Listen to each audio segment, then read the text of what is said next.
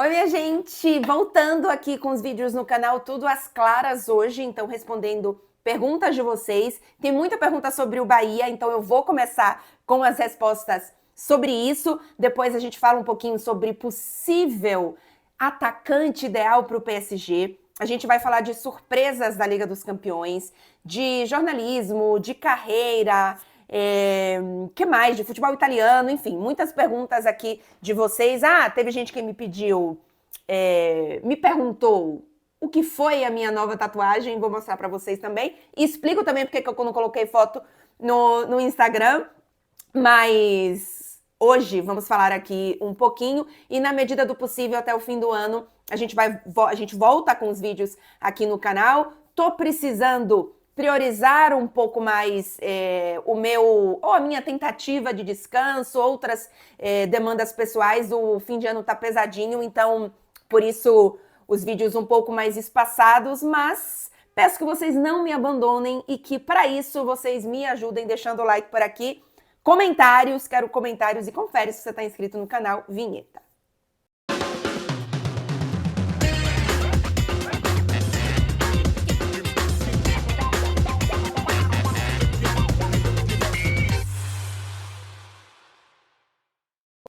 Muito bem, então, como eu falei, vamos começar com Bahia, porque obviamente muita gente mandou perguntas sobre isso. O Bahia perdeu de virada para o Palmeiras na noite anterior aqui que eu tô gravando esse vídeo. O jogo nem foi tão tarde aqui, foi às 10 da noite aqui, 6 da tarde aí no Brasil, mas foi um dia que eu voltei de viagem de Turim, tava bem cansada, então o segundo tempo eu já vi naquela coisa meio mais pra lá do que pra cá, até porque tinha que acordar muito cedo hoje, porque teve evento no PSG, fiz um tour num CT completamente branco por conta da neve aqui em Paris, tem vídeo lá no Instagram, inclusive, falando sobre isso. Então, o segundo tempo já foi meio assim, mas acho que tem coisas interessantes aqui pra gente falar sobre esse jogo.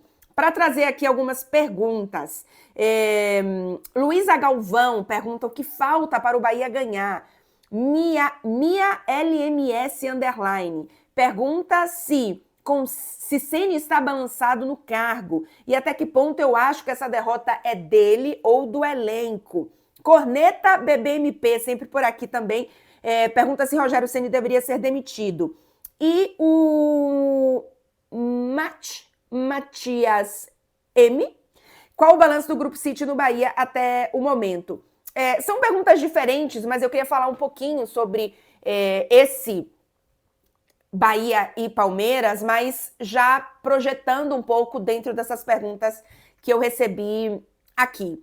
Para começar, eu acho que foi um jogo de muito azar pro Bahia, tá? Porque, em especial, o primeiro tempo foi um Bahia que foi muito melhor, que teve muito mais chances, mas que não conseguiu ampliar o placar. E a gente teve um Palmeiras que fez o primeiro gol depois de uma chance perdida do Bahia e um segundo gol depois do gol anulado. Acho que é isso, não sei se a ordem tá certa, mas enfim. O Bahia vinha merecendo perder nos últimos jogos, essa é a verdade, pelo que mostrava em campo, pelo que construía em campo, e aí pelo que construía em campo, pelos gols esperados, pelo controle de jogo, pelas chances criadas, porque no fim das contas, é difícil a gente falar merecimento se não colocou a bola pra dentro, né? Então, é um merecimento meio fictício, mas acho que vocês entendem o que é que eu tô trazendo aqui como merecimento e como seria justo que o Bahia perdesse os últimos jogos. Contra o Palmeiras, nesse contexto, nessa explicação, não foi justo. Só que o futebol não é justo. Então, é complexo e é paradoxal ao mesmo tempo, mas eu entendo que foi um Bahia que fez um bom jogo, que criou mais, que apresentou em campo muito mais do que apresentou nos últimos jogos, nas últimas derrotas, mas que teve azar, teve também falta de qualidade, porque, por exemplo, se aquela bola que cai no pé do Biel e ele perde, foi um passe espetacular do Cauli, inclusive, fosse um jogador de mais qualidade, talvez a bola tivesse entrado. Então, não é apenas azar, não é apenas injustiça. Mas tem um contexto de que o Bahia criou muito mais e fez um bom jogo coletivo de apresentação com um placar ruim. Isso acontece no futebol e o futebol é maravilhoso por conta disso. Mas o Palmeiras não criou mais do que o Bahia. O Palmeiras não foi melhor nos 90 minutos do que o Bahia, mas foi melhor na hora de finalizar. Os gols esperados do Palmeiras para esse jogo era de 0,52 e o Palmeiras marcou 2 gols. E o do Bahia era de 1,76 e o Bahia marcou só 1. Então, a expectativa do jogo era de que o Bahia vencesse pelo que a gente viu em campo. Mas futebol não é assim. E o Palmeiras mostrou outras qualidades, né? Uma capacidade de reação, de frieza, de eficácia que o Bahia não mostrou. E o que eu acho que tem de incompetência não é necessariamente nos 90 minutos do jogo, tem incompetências pontuais, né? Finalizações ali, etc. Mas a incompetência do Bahia neste momento no Campeonato Brasileiro está em ter perdido outros jogos que deveria ter ganhado. Porque o Bahia resolveu fazer um bom jogo contra o Palmeiras. Tinha que ter feito um bom jogo contra outros adversários que são mais fáceis, são mais acessíveis. O Palmeiras está brigando pelo título. Então, o Bahia foi incompetente, para mim, mais em outros momentos em que deveria ter vencido, porque eram adversários mais acessíveis. Os últimos jogos do Bahia, por exemplo, o Bahia tinha que ter vencido o Juventude. Tinha condição de ter vencido São Paulo, foi jogo em casa. Então, assim, tem outras partidas que o Bahia foi mais incompetente do que essa contra o Palmeiras. O problema é que, no contexto geral e da classificação, fica uma frustração muito grande em mais um jogo. Porque se o Bahia tivesse vencido, e eu falei aqui, né? Por exemplo, nos últimos 4 jogos do Bahia, que são 4 derrotas, Vasco, São Paulo, Juventude e Palmeiras, eu esperava 6 ou 7 pontos. Eu esperava pelo menos 2 triunfos, esperava aí um outro empate e ok, uma derrota para o Palmeiras. Eu aceito uma derrota para o Palmeiras se eu tiver vencido o Juventude e o Vasco, ou o Juventude e o São Paulo, e tiver empatado com o Vasco. Ou tiver, ok, vencido o Juventude e Vasco, tiver perdido pro São Paulo, que o São Paulo foi em casa, né? Mas enfim, vocês entenderam. Só que diante do contexto, vindo de 3 derrotas e de 5 jogos sem vencer, porque a última vez que gente, eu tô tão cansada que eu tô falando o nome errado por aqui. Que teve um triunfo do Bahia foi no dia 29 de setembro contra o Criciúma. Então, assim, realmente complicada, que tem jogo aí também de Copa do Brasil, se eu não me engano. Mas, enfim, eu acho que fica nesse sentido a frustração. E no segundo tempo, teve muita gente perguntando também sobre as modificações do Rogério Ceni. Eu tenho a impressão que o Lúcio que foi mais por cansaço, né? E não por uma opção técnica, porque era o melhor jogador da equipe. E aí, sobre Rogério Ceni, porque tem muitas perguntas sobre isso, e até no último vídeo que eu fiz, teve um tricolor que comentou aqui. Ai, Clara, achei que você foi meio confusa, que você não deixou todas claras, e ele estava certo. E eu falei no comentário, eu não tenho certeza, eu tô meio confusa ainda do quanto que eu ainda acredito no futuro do Rogério Ceni, porque eu precisava ver alguns sinais, na minha visão, né? E eu tenho uma tendência a ter um pensamento mais pacificador, mais paciente, então, mais a médio e longo prazo, o que tá tudo bem não ser assim, tá, gente? É a forma como eu torço, é a forma como eu vejo. Eu tenho essa tendência de ter uma relação menos impulsiva e menos imediatista, o que muitas vezes funciona, outras vezes não, mas é a minha forma de ver. E eu ainda esperava ver alguns sinais do Rogério Ceni antes de decretar que eu, Clara Albuquerque, se fosse a pessoa a tomar a decisão, demitiria ou não o Rogério Ceni. E agora, nesse momento, eu não demitiria o Rogério Ceni. Porque eu vi alguns sinais de que o teto dele ainda não chegou.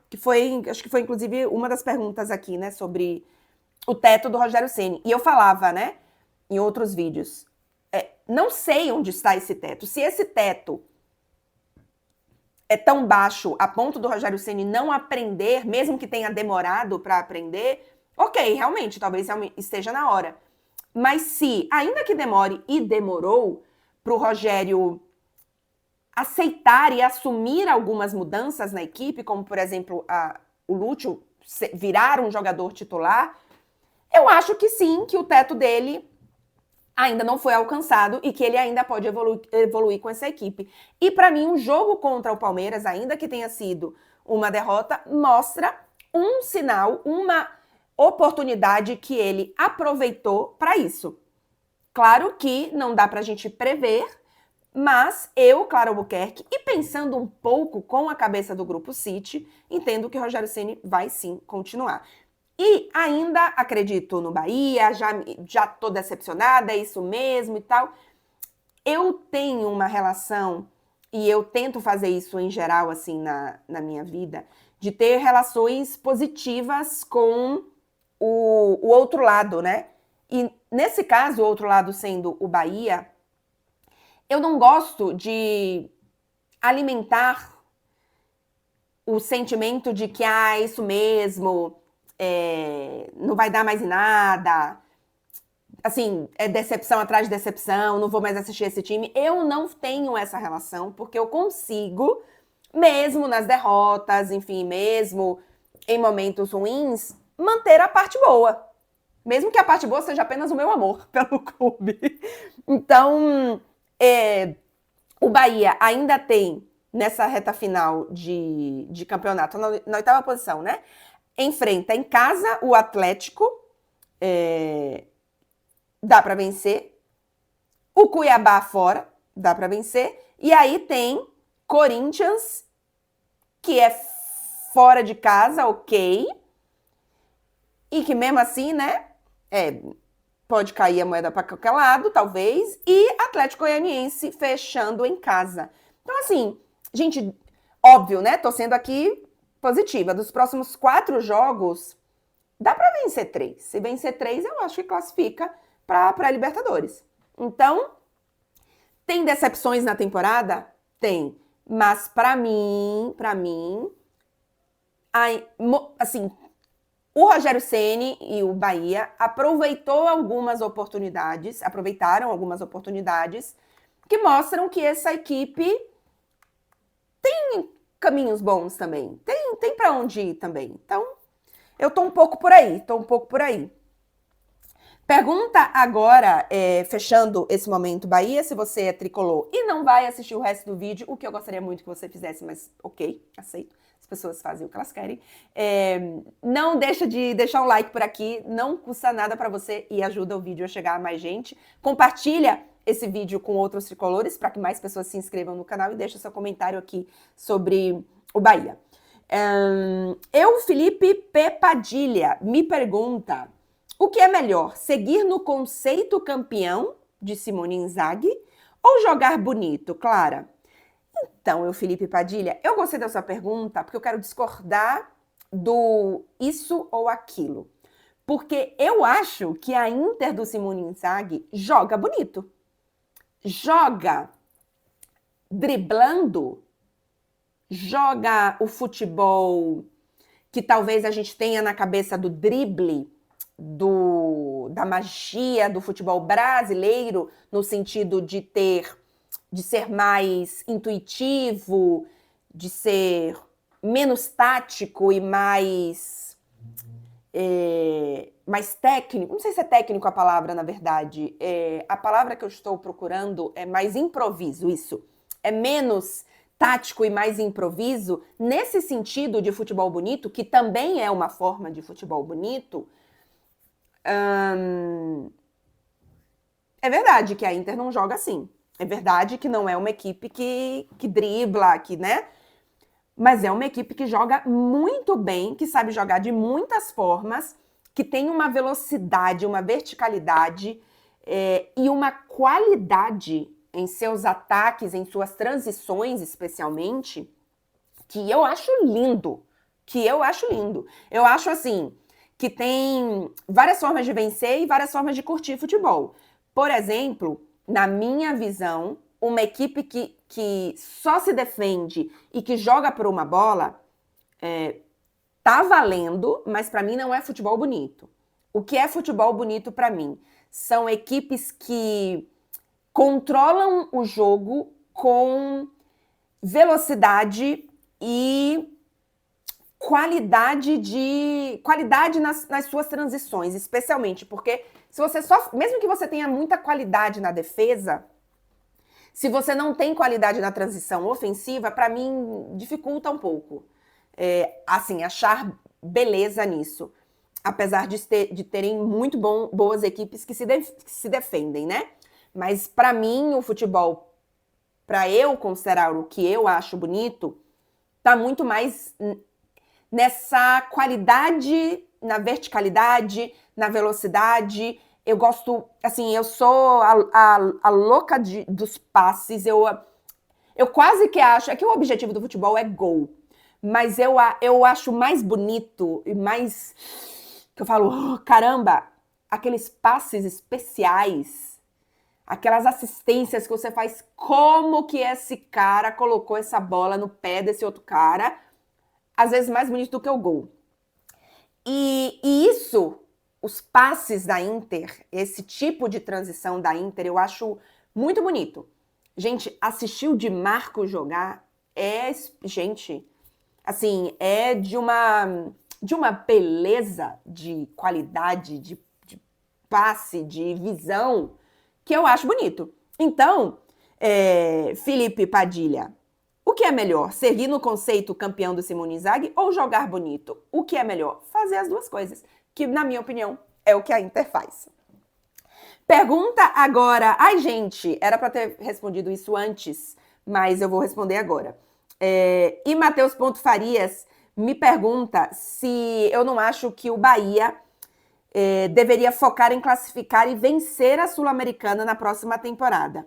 E Matheus Ponto Farias, eu acho o seguinte: você precisa se conhecer, você precisa saber até onde você pode chegar, você não pode ser, sei lá, quem que é o lanterna do Campeonato Brasileiro nesse momento, por exemplo?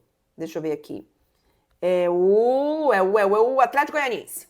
Você não pode ser o Atlético Goianiense e colocar como objetivo ser campeão brasileiro, correto? Então você precisa se conhecer, você precisa saber qual que é, né, as suas limitações. Mas se você, como é o Bahia neste momento, que tem uma ambição maior e que a médio prazo a ideia é ser campeão, e aí nos próximos, não sei, talvez nos próximos 5 anos, ter um título de Copa do Brasil, voltar a ser protagonista brigando por título no Campeonato Brasileiro, ainda que não consiga esse título, eu não acho que você deve abaixar a sua ambição, o seu objetivo, porque aquele objetivo, no caso, um título de Copa Sul-Americana, é mais fácil. Eu acho que o que deve acontecer o meu objetivo é Libertadores. Se eu não chego na Libertadores e eu consigo a Sul-Americana, aí vamos com tudo para a Sul-Americana, né? Eu vou fazer uma limonada desse limão aqui que eu recebi, em vez de fazer uma caipirinha frozen com bebida de não sei aonde, porque ela não chegou para mim. Então, eu acho que você precisa mirar no A para fazer o B muito bem, se o A não acontecer. Se você mira no B, talvez você alcance apenas o C. Então, eu acho que é um pouco por aí, nesse sentido de objetivo. O Lennon Christians. Bom dia, Clara. Alguma dica de bairros de Torino para um casal de 30 anos sem filho morar? Minha esposa e eu somos muito fãs do seu trabalho. Obrigada, Lennon Christians. Manda um beijo também para sua esposa. Eu morei, bem rapidinho aqui, porque é bem específica, eu morei no bairro chamado San Salvário, que é bem central, ele é colado no centro, mas ele não é centro, então ele não é centro, ele não é o furdunçozinho, né? Então ele não é tão caro como o centro, apesar de que Turim não é uma cidade cara. Do lado da estação principal de trem, então espetáculo também, perto do rio, então espetáculo também, para você ir andando para o rio, onde tem o maior parque da cidade, que é espetacular para caminhar, para fazer esporte, enfim, para curtir os dias. Turim é uma cidade que faz muito sol, apesar do frio, então é bem gostoso. E é um bairro muito jovem, muito multicultural, assim, tem muito estudante, então tem uma vida noturna para um casal jovem que não tem filhos, espetacular. Para quem tem filhos, talvez seja interessante um bairro um pouquinho mais afastado, que seja mais tranquilo. Eu não faço ideia da história, assim, da questão de escolas, mas mais tranquilo para você, por exemplo, chegar no fim do dia, menos barulho à noite. São Salvário, por exemplo, a depender da rua que você mora, vai fazer barulho de noite, porque tem muito bar, tem muito restaurante, tem muito jovem passando, e jovem faz barulho. Mas eu gosto bem de São Salvário. Mas ele não, assim, existem bairros bons também que são mais baratos. É que São Salvário ele é muito central. Então, tem essa questão também. Mas eu adoro, tá? É o bairro que, tirando... se eu pudesse escolher, assim, totalmente, talvez eu morasse no centraço mesmo, porque Turim é uma cidade muito tranquila, então não é que vou morar no centraço e vai ser lotada e vai ser insuportável, mas eu gostava bem, acho que era o segundo lugar, assim, que eu gostava, que eu escolheria realmente para morar. Liga dos Campeões agora por aqui, Vi Brito, qual o time azarão tem chances reais de ir para o top 8 da Champions? Então, dos azarões, eu acho que, especialmente a gente pode falar aqui dos franceses, a gente tem, nesse momento, o Mônaco na terceira colocação, o Brest na quarta colocação, e o Lille, que eu vou trazer para essa conversa, tá na 14ª colocação. Apesar de não estar entre os 8, mas incluir aqui porque é o terceiro francês. A questão é que Mônaco e Brest, em especial o Mônaco, tem um calendário bem complicado. O calendário do Mônaco, a partir de agora, os últimos 4 jogos, Benfica, Arsenal, Aston Villa e Inter. O fator casa para o Mônaco não faz muita diferença. Então, são 4 jogos nesse sentido que o fator casa não garante muita coisa, mas enfrenta o Benfica em casa e o Aston Villa em casa, Arsenal e Inter fora. Desses 4 jogos, eu diria que o Mônaco tem condição de competir com o Aston Villa, com o próprio Arsenal. Num dia ruim da Inter, a Inter assim, tem feito jogos um pouco mais alternativos, digamos assim, na Champions, mas eu acho que, para eu dizer assim, vai vencer, é o Benfica. E mesmo assim, bom, não é, né, obviamente, não é garantia, não é passeio no parque, mas eu acho que é o jogo mais acessível e pelo o que o Mônaco tá mostrando, eu acho que dá para vencer sim. E dá para ser competitivo nos outros. Mas daí em 3 jogos, contra Arsenal, Aston Villa e Inter, por exemplo, vencer 2 desses 3, não sei. Então pode complicar para a classificação dos 8. O Mônaco, eu acho que para estar entre os 8, teria que vencer, já tem nesse momento 3 vitórias, acho que é isso? Tem 3 vitórias e 1 derrota. Eu acho que precisava de mais 3 vitórias. Não sei se consegue 3 vitórias, mas olha, não é tão impossível assim. O Brest tem, neste momento, assim como o Mônaco, 3 vitórias e 1 empate, e tem um calendário, por incrível que pareça, mais fácil do que o do Mônaco, porque enfrenta o Barcelona, ok, talvez não, difícil pontuar, aí vai pegar PSV, Shakhtar e Real Madrid. Dá para vencer 2, o PSV e o Shakhtar. Real Madrid só é lá no fim de janeiro, então faz muita diferença isso. Então, talvez, a depender dos outros resultados, o Brest fique muito próximo, eita, quase que eu derrubo tudo, de uma classificação boa. Não sei se entre os 8, mas acho que pode conseguir uma classificação boa ali na parte mais para cima. E o Lille, que não tá tão bem na tabela, mas o Lille tem, nos últimos 4 jogos, Bolonha, o Sturm Graz, Liverpool e Feyenoord. Dá para vencer 3. Se o Lille vence 3, ele vai, na tabela, nesse momento, ele tem uma derrota, um empate, 2 vitórias. Ele iria para 5 vitórias. Olha, dá também para brincar ali de entrar nos 8, a depender dos outros resultados. Mas, no fim, eu acho que a gente vai ter Liverpool entre os 8, eu acho que a gente vai ter Inter entre os 8, Barcelona entre os 8, Dortmund entre os 8. Eu acho que City e Atalanta vão subir para os 8, e aí só tá faltando mais um entre os 8. E aí, gente, tem Arsenal, tem Bayern de Munique, que eu acho que deve subir também, Real Madrid, enfim, que tá ruim, mas, né? Então, eu acho que entre os 8, não acredito que nenhum, assim, falei de possibilidades, mas não acho nem que Mônaco, nem que Brest vão terminar entre os 8 tranquilamente, no máximo ali um 7ª, 8ª colocação, porque ainda que tenha um surpreendido na primeira parte da tabela, a segunda parte da tabela é mais complicada. Então é um pouquinho por aí. Estamos aqui com 26 minutos já de vídeo, então vamos acelerar e vou pedir para vocês não esquecerem de deixar o like. O Raul Moura, na verdade, é Raul Moura? Acho que sim. Raul Moura. Sim. E se o Mbappé, eu fui olhar se era homem ou mulher pela foto, e é um homem. E se o Mbappé realmente não queria ir para a seleção e Deschamps assumiu a bronca por ele? Olha, eu não tinha pensado por esse lado.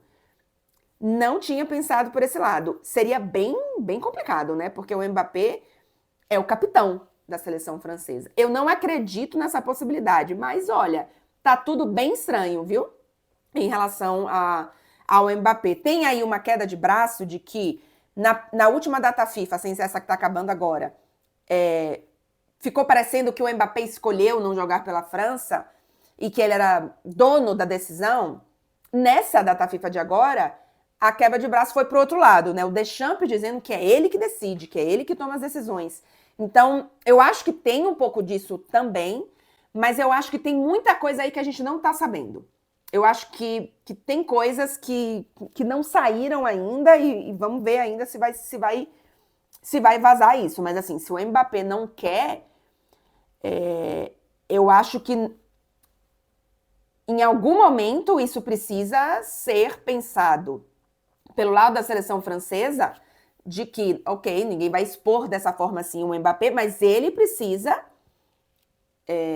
vir a público e falar, né? Porque ele é ai, já achei que tinha ficado apagado isso aqui. Ele é o atual capitão da França, o líder técnico. Vamos lembrar que o Griezmann aposentou da seleção, então se ele não quer ser esse cara, se ele não quer vir mesmo para a seleção, ele precisa bancar essa atitude e ele precisa ser responsável pelas consequências disso, né? Não ser mais convocado, não fazer parte da seleção francesa. Eu não acho que é o caso, tá? Mas, né? Lu_Fili. Quais lugares recomenda para fazer intercâmbio na França? Você é excelente profissional. Obrigada, Lu. Eu te diria que Paris é lindo, realmente, é uma cidade que muita gente sonha e etc. Mas para você fazer intercâmbio, é uma cidade muito cara. Dificilmente alguém vem para cá para fazer intercâmbio com muito dinheiro, né? Então, isso acaba limitando um pouco, né, as escolhas de moradia e etc.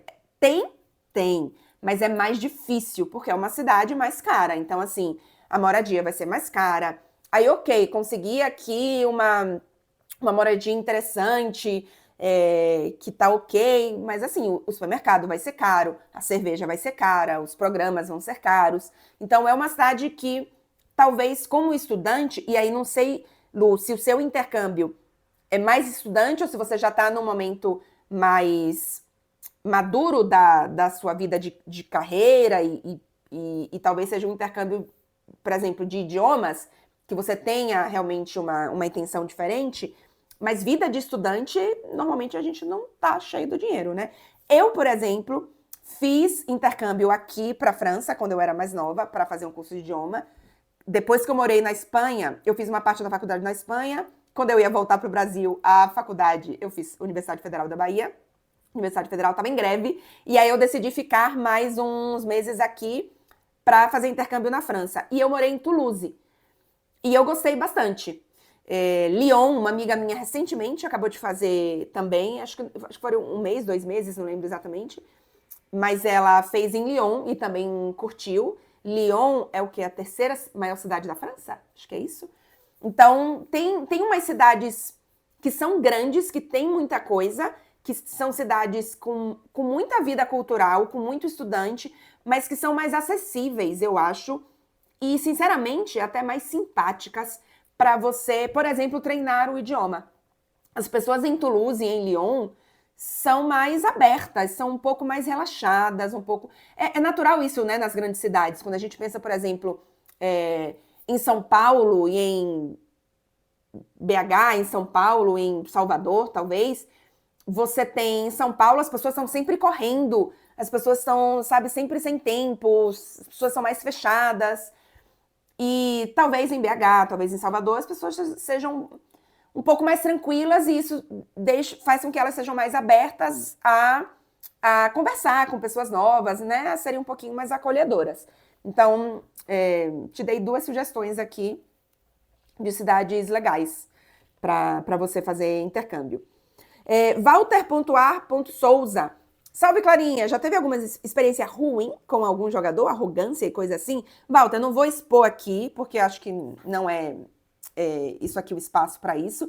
Mas eu tive uma situação que eu já contei aqui, então eu não... Tem uma arrogância aí? Tem, mas é uma situação talvez mais constrangedora, não sei, de um jogador que nunca vai assistir esse vídeo aqui, que eu falei, inclusive, muito bem dele há alguns minutos atrás, que é o Di Marco, que é um cara marrento, vou usar essa palavra aqui. E no ano que a Inter chegou na final da Liga dos Campeões, eu fiz o Media Day, que é um dia aberto para a imprensa, alguns dias antes da final da Champions. E eu entrevistei 9 titulares da Inter, mais o técnico. E entre eles o Di Marco. E eu fiz a minha última pergunta para todos eles, foi a mesma pergunta, até porque eu queria fazer um compilado dessas respostas todas, que foi: como seria a sua final ideal? E aí, dos 9 jogadores que eu entrevistei, 8 me disseram como seria a final ideal. Uns mais simples, outros menos. Por exemplo, teve, eu não vou lembrar aqui quem, mas assim, teve jogador que falou: a final ideal seria com a Inter sendo campeã, ponto. Significa que ele está dizendo que a Inter vai ser campeã? Assim, é uma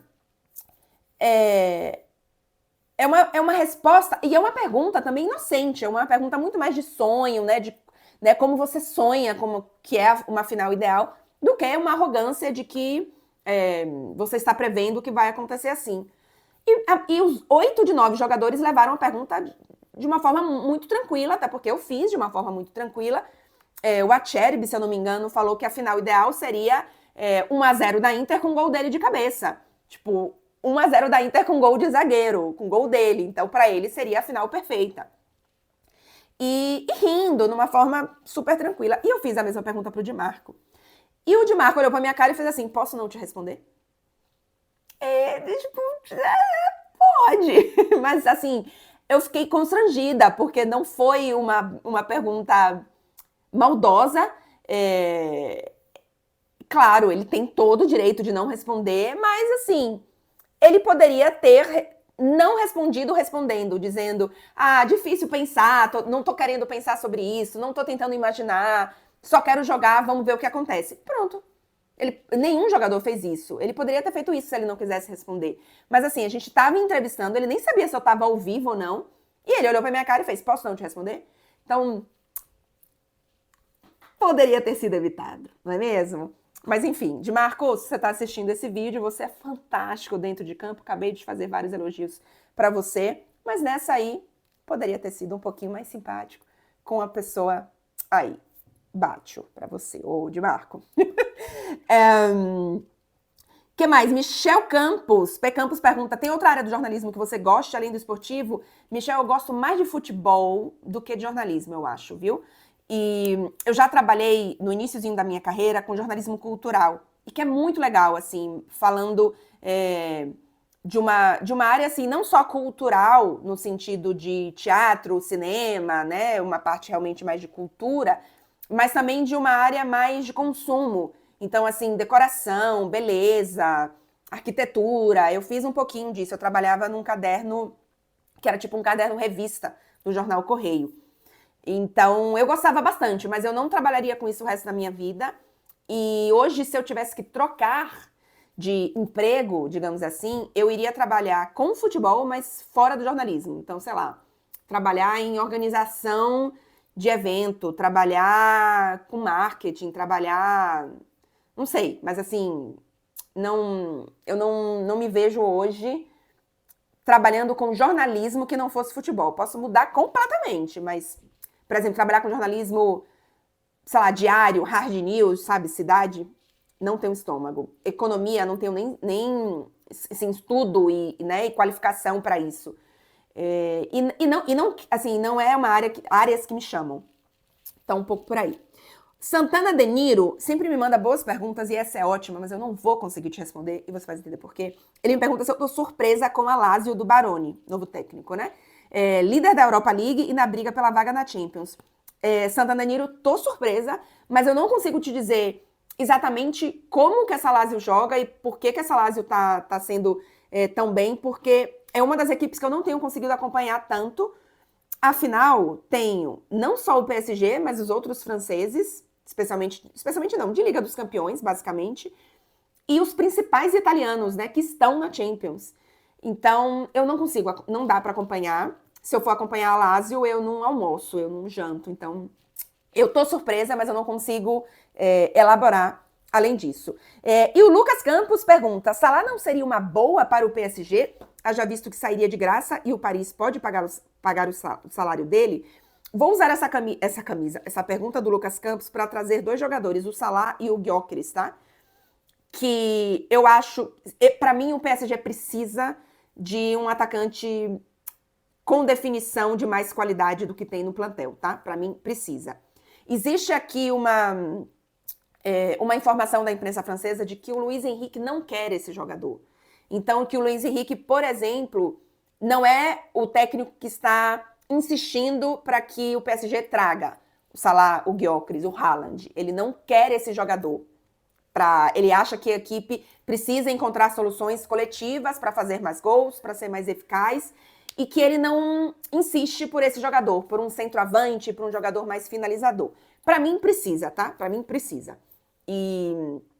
Enfim, não sei o quanto que de fato o Luiz Henrique não só não insiste, como também não barraria talvez uma contratação, ou quanto que ele aceitaria, enfim. Existe aqui uma confusão não, mas duas informações, dois lados, né, dessa história em relação às informações diferentes. Então, não sei, não tenho informações especificamente sobre isso. Mas para mim precisa de um jogador. O Salah, óbvio que seria maravilhoso no PSG. Assim, é um jogador de qualidade acima no ataque do que hoje o PSG tem. O Barcola, promissor, mas é um garoto, é um jogador para você pensar assim, que vai evoluir. Ele não pode ser o seu principal jogador. O Dembélé também não pode. Porque é um jogador que numa partida joga igual o Neymar, numa outra partida joga igual a, sei lá, eu em campo.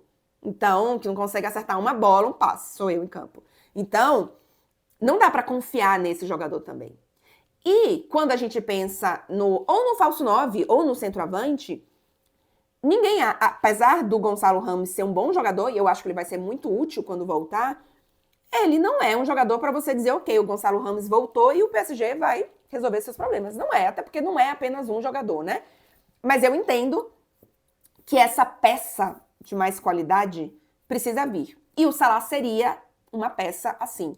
Porém, o problema do Salah é que ele joga na posição do jogador mais...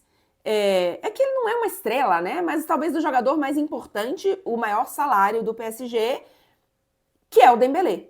Então, você faz o quê? Você vende o Dembélé? Você coloca o Dembélé, o salário mais caro do seu elenco, no banco? Então, por posição, eu acho complicado, mas eu traria. E assim, vende Dembélé e traz Salah. Mas a gente sabe que não vai funcionar assim, então acho mais complicado por conta disso. E o Gyökeres, aí sim, eu acho perfeito. Porque é um jogador que vem para ser titular, então para ele eu acho bom também. Ele não vai precisar brigar por posição. Ele vem para ser o 9 do PSG. É um jogador que tem mostrado nesse momento agora, né? Porque ele é um jogador que explodiu, enfim, está vivendo a sua melhor fase já com uma idade mais avançada, ele não tem 22 anos. Mas nos últimos anos eu acho que ele mostra que ele pode ser essa peça, não é aquele centroavantão também paradão, imóvel dos anos 90. Então eu acho que funcionaria. O PSG pode pagar salário dele. E não é um jogador que chega com uma estrela para incomodar essa história do coletivo do Luiz Henrique.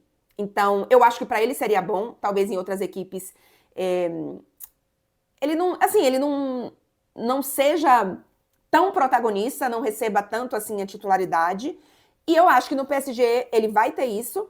É uma equipe que vai dar títulos para ele no francês, que vai colocar o PSG, querendo ou não, tá ruim nessa Liga dos Campeões, tá, mas é uma equipe protagonista na Liga dos Campeões.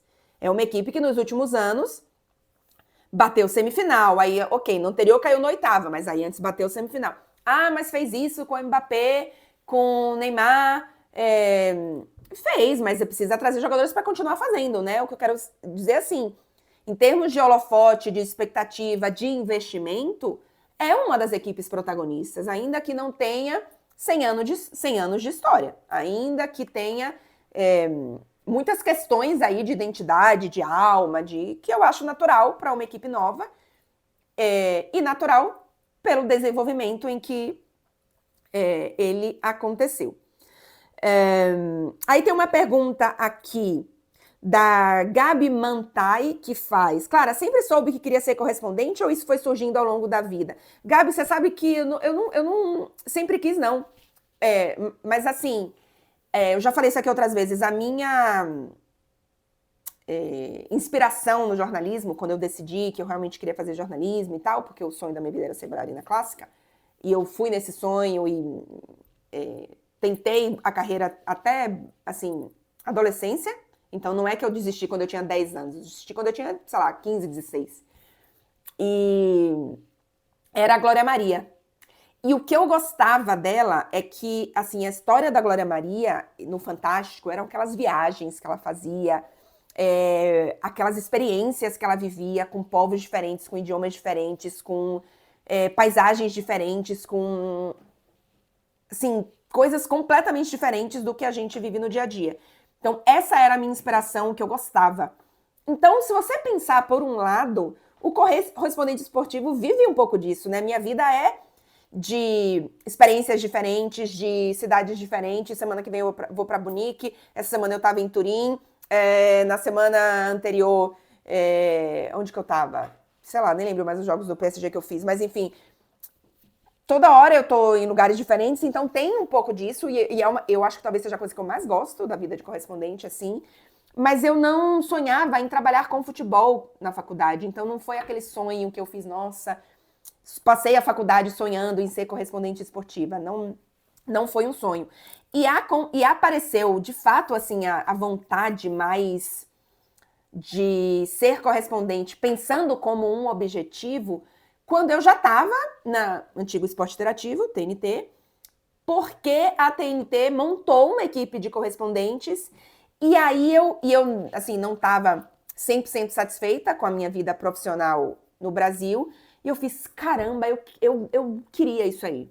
E aí, obviamente, veio todo o processo, a TNT montou uma equipe, eu fui a última a me juntar, eles queriam mais uma correspondente, e aí a gente entendeu ali, eu me candidatei, assim, eu já trabalhava com eles, né, mas eu falei, olha, eu quero.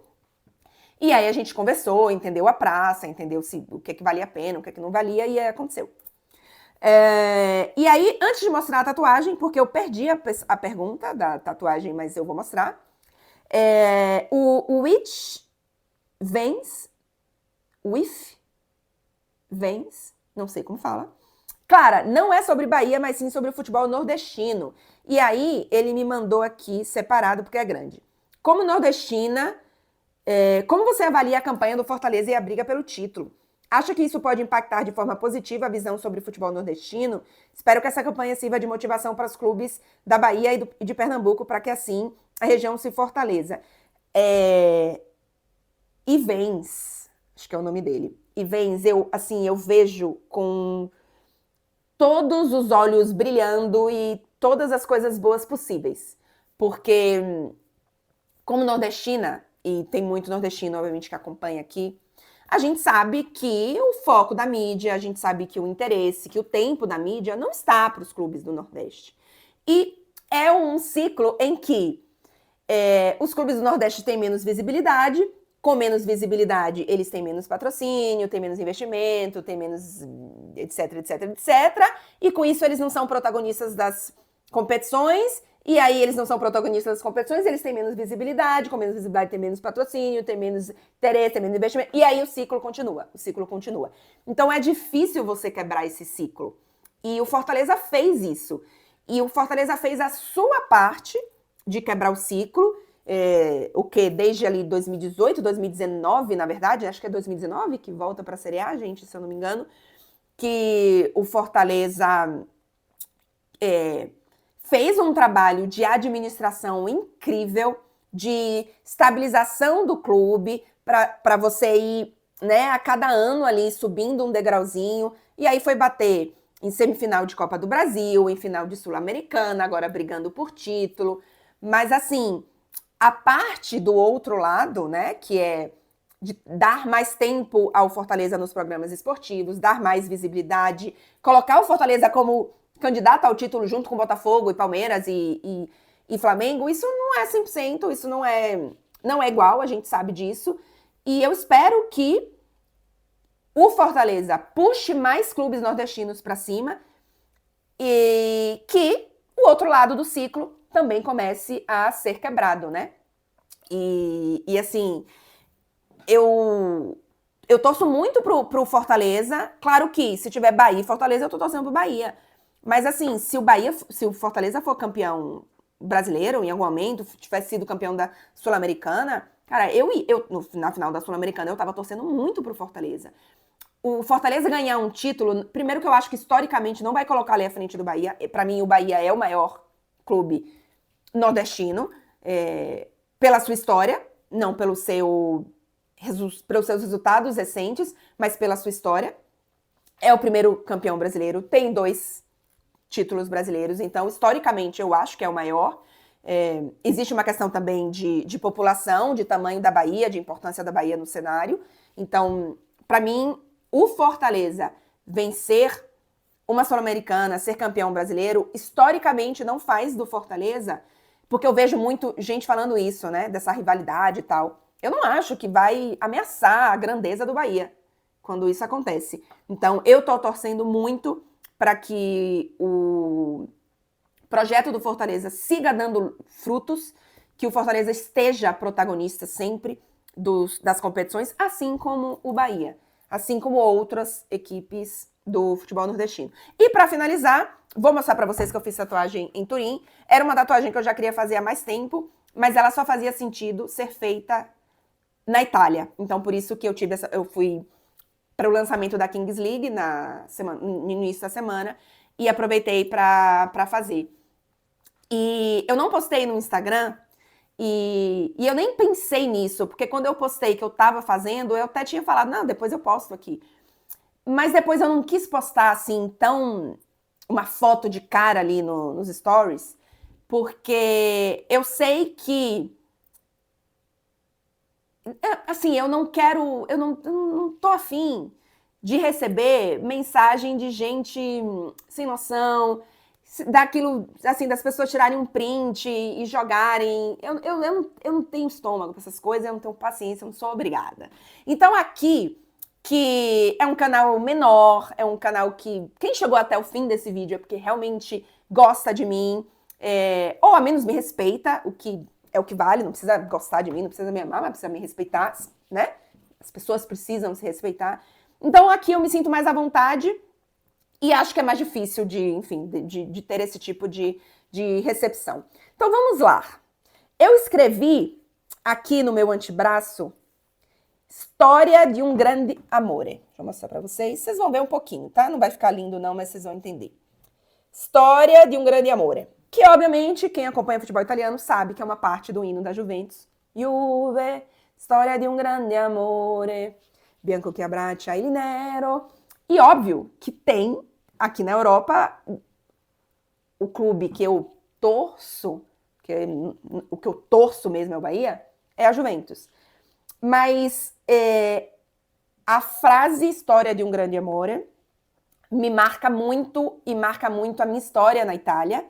É uma história de um grande amor comigo, com a minha vida na Itália, com as oportunidades, com as experiências, com as coisas incríveis que eu vivi nos 6 anos em que eu estive na Itália, em Turim, cobrindo a Juventus e os clubes italianos e o futebol italiano.